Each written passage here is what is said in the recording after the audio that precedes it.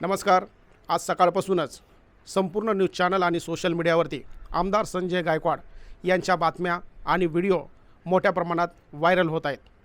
संजय गायकवाड यांनी ज्या पद्धतीने आमदार निवास या ठिकाणातील आकाशवाणी कॅन्टीनमधील कर्मचाऱ्याला मारझोड केली, त्यानंतर काही प्रश्न निर्माण झालेले आहेत. संजय गायकवाड यांनी ज्या पद्धतीने कायदा हातात घेतलेला आहे तो योग्य की अयोग्य?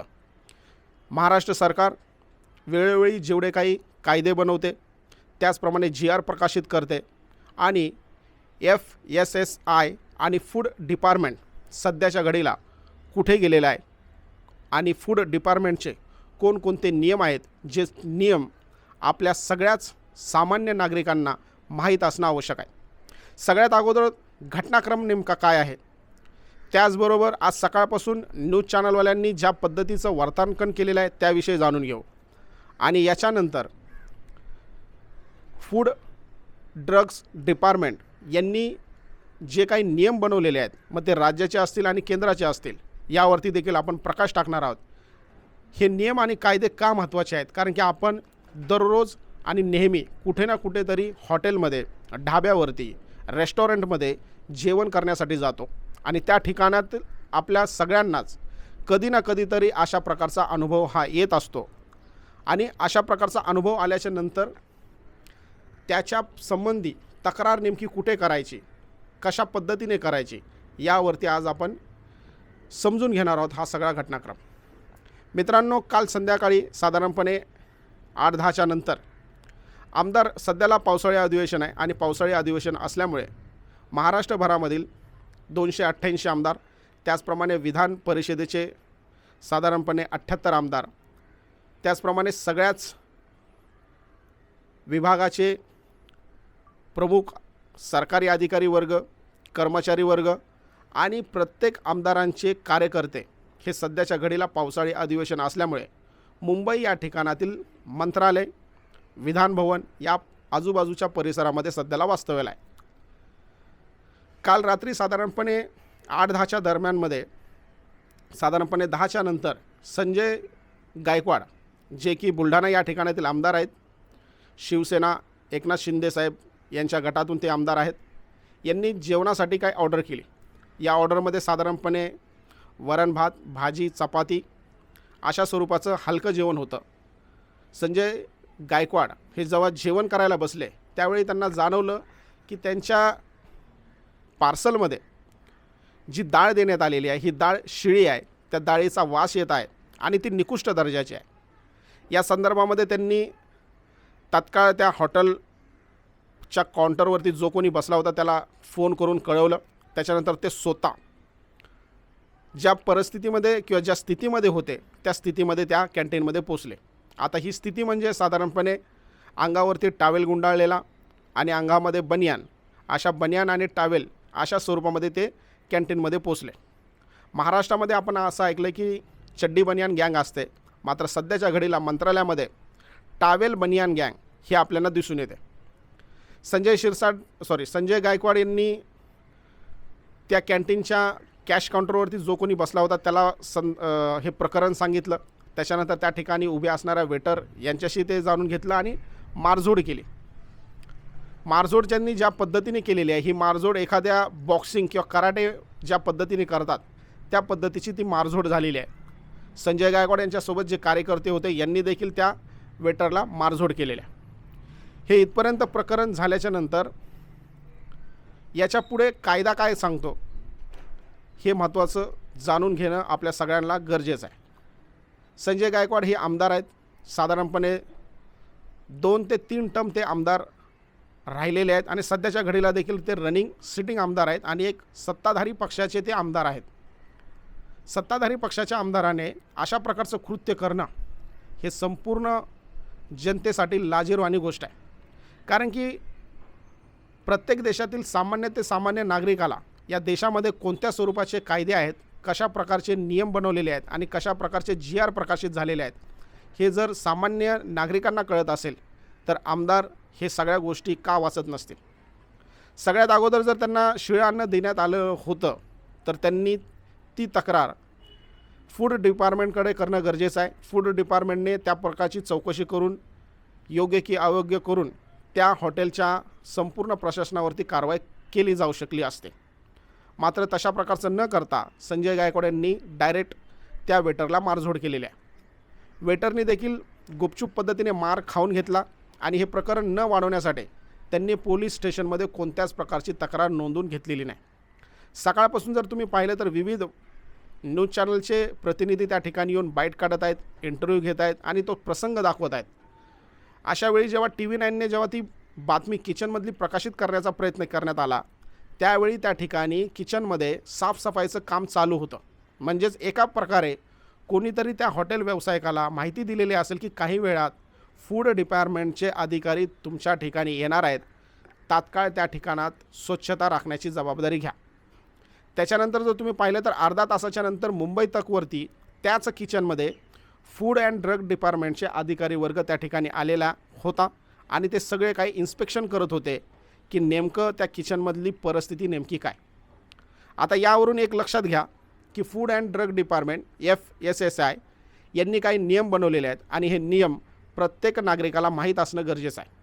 सगळ्यात पहिलं तर ज्या ठिकाणी आपण कोणत्याही हॉटेलमध्ये जातो, रेस्टॉरंटमध्ये जातो, ढाब्यावरती जातो, त्या ठिकाणी गेल्याच्यानंतर सगळ्यात अगोदर ज्या ठिकाणी कॅश काउंटर आहे ह्या कॅश काउंटरच्या मागच्या बाजूला FSSAI यांनी प्रमाणित केलेलं प्रमाणपत्र त्या हॉटेल आणि रेस्टॉरंटमध्ये आहे की नाही हे बघणं प्रत्येक नागरिकाचं कार्य आहे.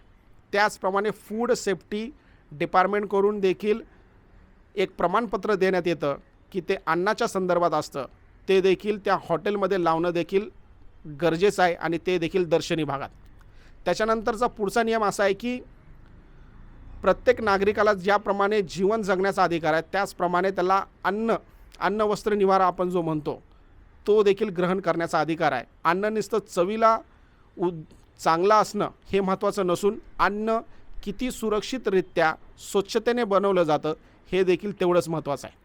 दुसरा नियम असा आहे की जे किचन आहे या किचनमध्ये किचनच्या आतील भिंती, खालचा फ्लोअर, वरचं छत, त्याचप्रमाणे व्हेंटिलेशन होण्यासाठी खिडक्या, दरवाजे, त्याचप्रमाणे त्या किचनमध्ये काम करणारे जे कोणी आचार्य असतील, अन्न बनवणारे जे कोणी लोक असतील यांची स्वच्छता आणि महत्त्वाचं म्हणजे संपूर्ण हॉटेलमध्ये वेटर असतील किंवा किचनमध्ये काम करणारे असतील किंवा पार्सल सुविधा पोचवणारे जे कोणी वर्कर असतील या सगळ्यांचाच बॉडी चेकअपचा, तंदुरुस्तीचा प्रमाणपत्र असणं गरजेचं आहे आणि ते प्रत्येकाचं असणं गरजेचं आहे.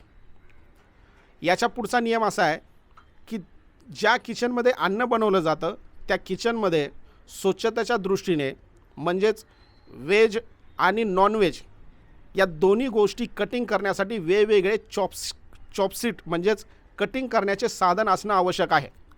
त्याचप्रमाणे अन्न ज्या भांड्यांमध्ये बनवलं जातं ते भांडे वेगवेगळे ठेवणे गरजेचं आहे, स्वच्छ पुसून.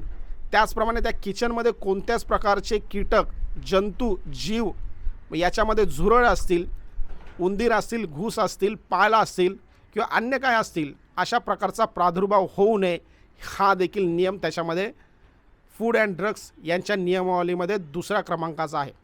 त्याच्यानंतर तिसरा नियम असा आहे की हॉटेलमध्ये जे कोणी वेटर असतात, जे वेटर ग्राहकांना अन्न पोचण्याचं काम करतात, या वेटरांचं सगळ्यात पहिलं पूर्णतः बॉडी तंदुरुस्त आहे की नाही याचं सर्टिफिकेट असणं गरजेचं आहे. सेकंड ऑफ साफसुथरा असणं तो वेटर गरजेचा आहे. त्याच्या अंगावरती ज्या काही हॉटेल असतील त्या हॉटेलची कपडे म्हणजे साध्या भाषेमध्ये वर्दी. आणि चौथं म्हणजे त्याने डोक्यावरती टोपी घालणं आवश्यक आहे.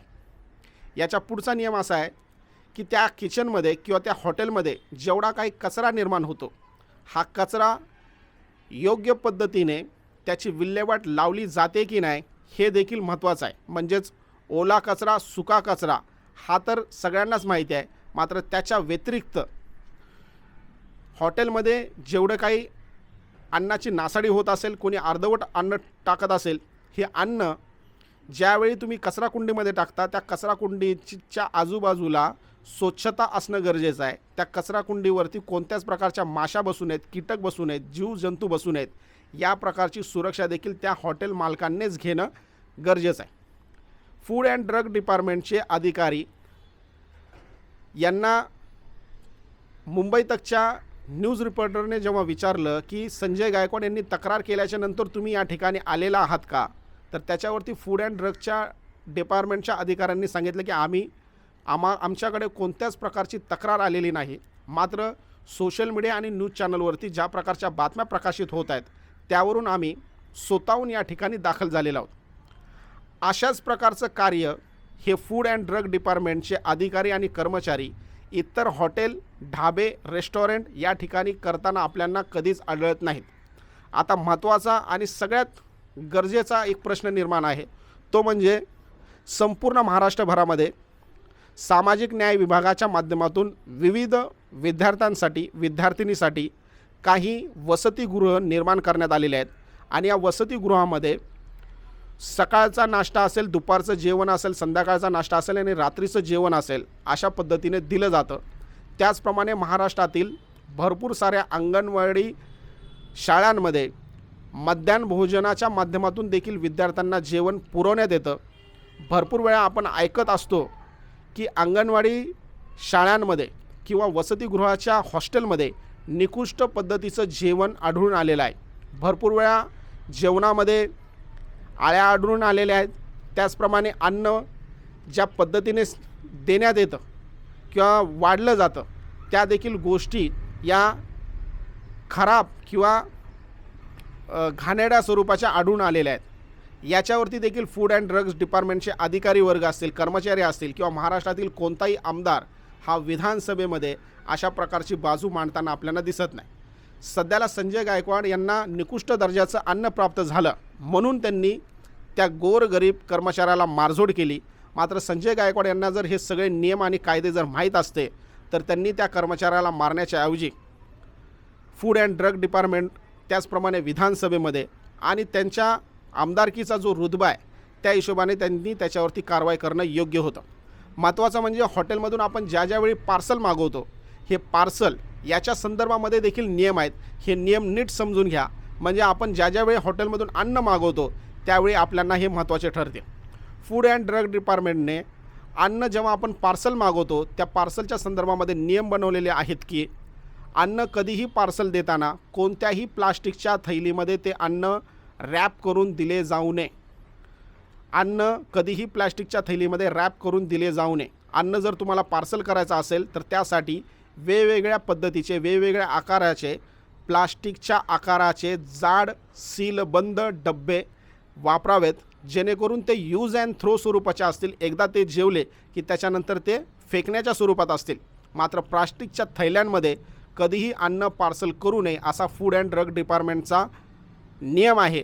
हे जर संजय गायकवाड यांना जर माहीत असतं तर त्यांनी त्याच वेळी ओळखलं असतं की त्यांना ज्या पद्धतीने डाळ देण्यात आलेली होती ही डाळ कोणत्याही प्लास्टिकच्या डब्यामध्ये देण्यात आलेली नसून ती प्लास्टिकच्या थैलीमध्ये देण्यात आलेली होती. मित्रांनो, आपल्या सगळ्यांनाच माहीत आहे की अतिथी देवो भव. आजही आपण भरपूर ठिकाणी जेव्हा जातो तेव्हा आपल्याला सगळ्यात पहिलं कोणत्याही घरामध्ये जाऊ आपण किंवा कुठेही गेलो तर सगळ्यात अगोदर आपल्याला पाणी पिण्यासाठी दिलं जातं. गेल्या 10 वर्षापासून ही पद्धत सरासर पद्धतीने बंद झालेली आहे. प्रत्येक हॉटेलामध्ये यापूर्वी जर बघितलं तर प्रत्येक हॉटेलामध्ये जेव्हा कोणता कस्टमर किंवा ग्राहक जायचा त्यावेळी सगळ्यात प्रथम त्याच्यासमोर पाण्याचा ग्लास आणून दिला जात असे. मात्र आताच्या घडीला कोणत्याही हॉटेलमध्ये अशा प्रकारची पद्धत, अशा प्रकारचा रिवाज हा सरासर पद्धतीने बंद झालेला आहे. त्यांना जर पिण्याचे पाणी मागितलं तर ते सर्रास पद्धतीने 10 रुपयाची किंवा 20 रुपयाची प्लास्टिक बंदची बॉटल आपल्यासमोर आणून ठेवतात आणि त्या रीतीने ग्राहकांची एक प्रकारच्या खिसा रिकामा करण्याचा ते प्रयत्न करतात. फूड अँड ड्रग डिपार्टमेंटमध्ये देखील अशा पिण्याच्या पाण्याच्या संदर्भामध्ये देखील नियम आहेत. तो म्हणजे प्रत्येक हॉटेलमध्ये स्वच्छ पाणी ग्राहकाला देणे, त्याचप्रमाणे पिण्याच्या पाण्यावरती कोणत्याच प्रकारचे पैसे आकारले जाऊ नये, म्हणजे जे ग्लासमधून जे पाणी देतात त्याच्यावरती. त्याचप्रमाणे काही वेळा आपण काही शीतपेय घेतो, या शीतपेयांमध्ये आपण बर्फाचे तुकडे टाकतो. हे बर्फाचे तुकडे देखील पिण्याच्याच पाण्याने बनवले गेले पाहिजेत. हे बर्फाचे तुकडे जर अन्य वापरातील पाणी असेल त्यांच्यामार्फत जर ते बर्फ बनवले जात असतील तर त्याच्या संदर्भामध्ये देखील फूड अँड ड्रग डिपार्टमेंट त्या हॉटेलवरती कारवाई करू शकतं. अशा प्रकारे संजय गायकवाड यांनी फूड अँड ड्रग डिपार्टमेंटचे काही नियम आहेत हे समजून घेणं गरजेचं आहे. आणि खास करून महाराष्ट्रातील जनतेने देखील फूड अँड ड्रग डिपार्टमेंटचे साधेसुधे जे नियम आहेत हे माहीत असणं गरजेचं आहे, की आपण जेव्हा पार्सल मागवतो त्यावेळीचा काय नियम आहे, किचनच्या संदर्भात काय आहे, पिण्याच्या पाण्याच्या संदर्भात काय आहे, त्या ठिकाणी जे कर्मचारी असतात त्या कर्मचाऱ्यांच्या संदर्भात काय नियम आहेत. आणि महत्त्वाचं म्हणजे अन्न आपल्याला फक्त चवीपुरतं दिलं जाऊ नये, तर त्या अन्नाची क्वालिटी मेंटेन असावी आणि ते अन्न स्वच्छ आणि साफसुथरं असणं देखील महत्त्वाचं आहे. आणि सगळ्यात महत्त्वाचं म्हणजे त्या हॉटेलमध्ये जेवढे काही कर्मचारी काम करत असतात या कर्मचाऱ्यांसाठी वेगळं स्वच्छतागृह असावं, त्यांना कपडे बदलण्यासाठी वेगळं प्रायव्हेट रूमची देखील व्यवस्था करणे. जर ते कर्मचारी त्या ठिकाणी राहत असतील तर त्यांना त्या हॉटेलच्या थोड्या अंतरावरती एक वेगळ्या स्वरूपाचा रूम देखील त्या वेटरला किंवा त्या कर्मचाऱ्यांना उपलब्ध करून द्यावा, असा देखील नियम फूड अँड ड्रग डिपार्टमेंट यांच्यामध्ये लिहून ठेवलेला आहे. आणि ह्या नियमाचं प्रत्येक नागरिकाने वाचन करावं, समजून घ्यावं, जेणेकरून वेगवेगळ्या ठिकाणी जेव्हा आपण जातो त्यावेळी आपल्यासोबत जर अशा प्रकारची जर घटना घडली तर ते नियम तुम्ही थेट त्या हॉटेल चालकांना, त्या हॉटेल व्यावसायिकांना किंवा त्या ठिकाणातील मॅनेजमेंटला तुम्ही दाखवून आपला हक्क काय आहे, आपला अधिकार काय आहे आणि हॉटेल चालकांचे कर्तव्य काय आहेत हे आपण दाखवून देऊ शकतो.